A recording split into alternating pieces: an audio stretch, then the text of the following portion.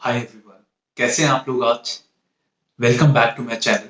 I am life leadership NLP coach Divanshu Sharma और आज हम बात करेंगे एक बहुत ही इंपॉर्टेंट, बहुत ही इंटरेस्टिंग टॉपिक की, प्रोक्रेस्टिनेशन। हम सब कहीं ना कहीं प्रोक्रेस्टिनेशन के शिकार हैं। हम बहुत सारी चीजें डिले कर देते हैं क्योंकि हम उन्हें प्रोक्रेस्टिनेट करते रहते हैं। तो चलिए साइंटिफिक लेवल पे, साइकोलॉजिकल लेवल पर समझेंगे कि प्रोक्रेस्टिनेशन क्या होता है, क्यों होता है और ऐसे क्या मेजर्स हम लें जो हम इसको कंप्लीटली अपनी लाइफ से रिमूव कर पाए और एक सक्सेसफुल इंसान बन पाए।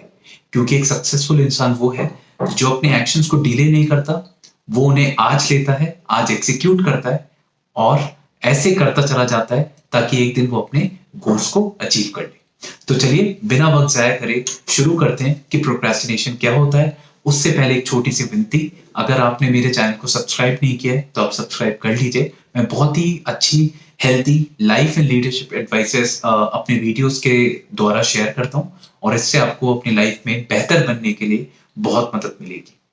तो चलिए समझते हैं प्रोक्रेस्टिनेशन मतलब। क्या कभी आपके साथ ऐसा हुआ है कि आपने अपने आप से ये कहा हो कि ये काम मैं कल करूंगा, फिर कल आता है, फिर से आप अपने आप को ये बोलते हैं ये काम मैं आज नहीं करके कल करता हूं, और ऐसे करते करते एक साइकिल बन जाती है और वो कल जिसका इंतजार आप कर रहे हैं वो कभी नहीं आता है। ये होता है प्रोक्रेस्टिनेशन। तो प्रोक्रेस्टिनेशन एक सिंपल टर्म्स में क्या है? एक टेंडेंसी, एक एबिलिटी कि हम चीजों को डिले करें, देरी करें उनको एग्जीक्यूट करने में। इसे हम प्रोक्रेस्टिनेशन कहते हैं। अच्छा, बहुत लोगों को लगता है प्रोक्रेस्टिनेशन एक साइकोलॉजिकल ट्रेट है, एक एक पर्सनैलिटी ट्रेट है लोगों का, लेकिन ऐसा नहीं है। आपको जानकर खुशी होगी कि प्रोक्रेस्टिनेशन सिर्फ एक हैबिट है जिसको आप इन 21 डेज बदल सकते हैं। क्योंकि हमने पढ़ा है कहीं ना कहीं एक हैबिट को बदलने के लिए 21 डेज का समय लगता है। ठीक है, अब हम समझते हैं कि प्रोक्रेस्टिनेशन आखिर क्यों होता है। मतलब ऐसे क्या रीजन है जिसकी वजह से एक इंसान चीजों को डिले करता चला जाता है। तो नंबर 1, फियर ऑफ फेलियर। ये एक बहुत बड़ा रीजन है। इसमें क्या होता है, आपका दिमाग सोचता है कि अगर मैं ये चीज करूंगा तो शायद मैं इसमें फेल हो जाऊंगा। तो आप क्या करते हैं, ऐसा करते करते कभी भी वो फर्स्ट स्टेप नहीं ले पाते जिससे आप चीजों को शुरू कर पाए। तो नंबर 1 क्या हो गया? Fear of failure. नंबर 2 यहां पर आता है परफेक्शनिज्म। जो लोग ऐसा सोचते हैं कि पहले मैं ऐसा कर लेता हूं, उसके बाद मैं ऐसा करूंगा और फिर ये चीज ऐसी हो जाएगी और फिर मैं ऐसा कर लूंगा। ये आपने क्या किया?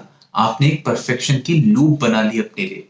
अब होता क्या है, जब आप वो चीज करने जाते हैं, आपने एक स्टेप ले लिया, लेकिन स्टेप 2 में चीजें गड़बड़ हो गई, आपकी एक्सपेक्टेशंस के अकॉर्डिंग नहीं हुई। तो अब क्या हो गया? आपने सेकंड स्टेप नहीं लिया क्योंकि आप परफेक्शनिज्म अचीव करना चाहते थे।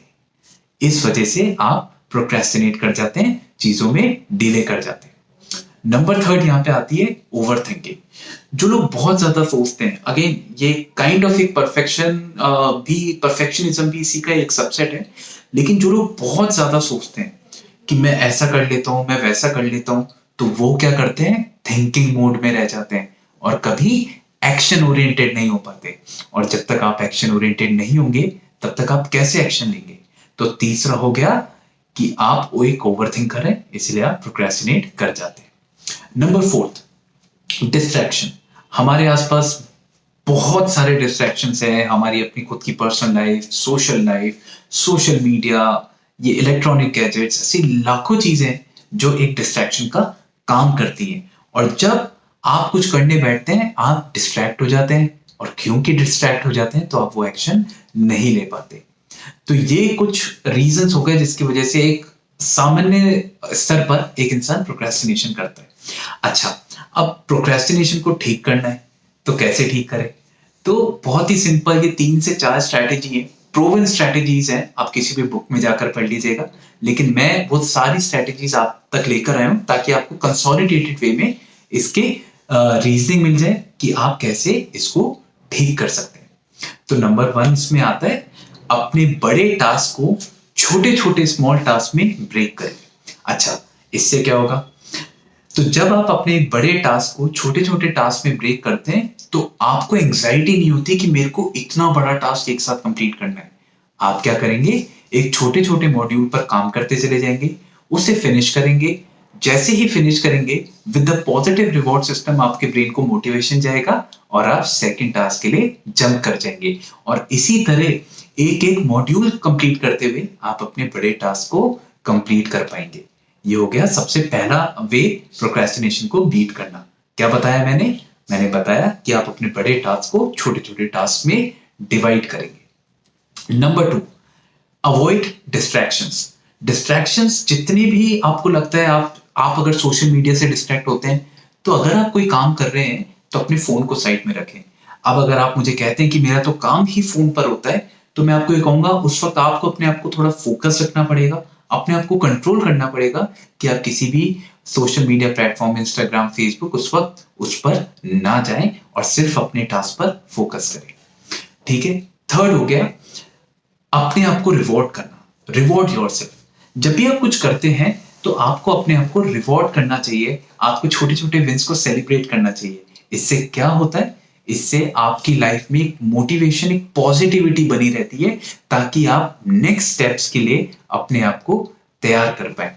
इसलिए अपने आप को रिवॉर्ड करना भी बहुत जरूरी है। खुद पर बहुत ज्यादा सख्त मत होइए कि मैंने तो ये नहीं किया, अभी मैं कैसे सेलिब्रेट कर लूं। नहीं, जिंदगी का मतलब ये है कि आप छोटी छोटी खुशियों को, छोटे छोटे विंस और अचीवमेंट को सेलिब्रेट करें।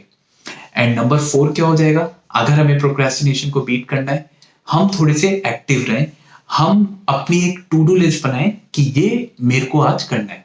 तो एक टू डू लिस्ट बनाना, एक छोटे से पेन एंड पेपर पे लिख देना कि आज मेरे को ये काम करने हैं, और डेफिनेटली आपको वो काम करने पड़ेंगे ताकि आप सक्सेस को अचीव कर पाए।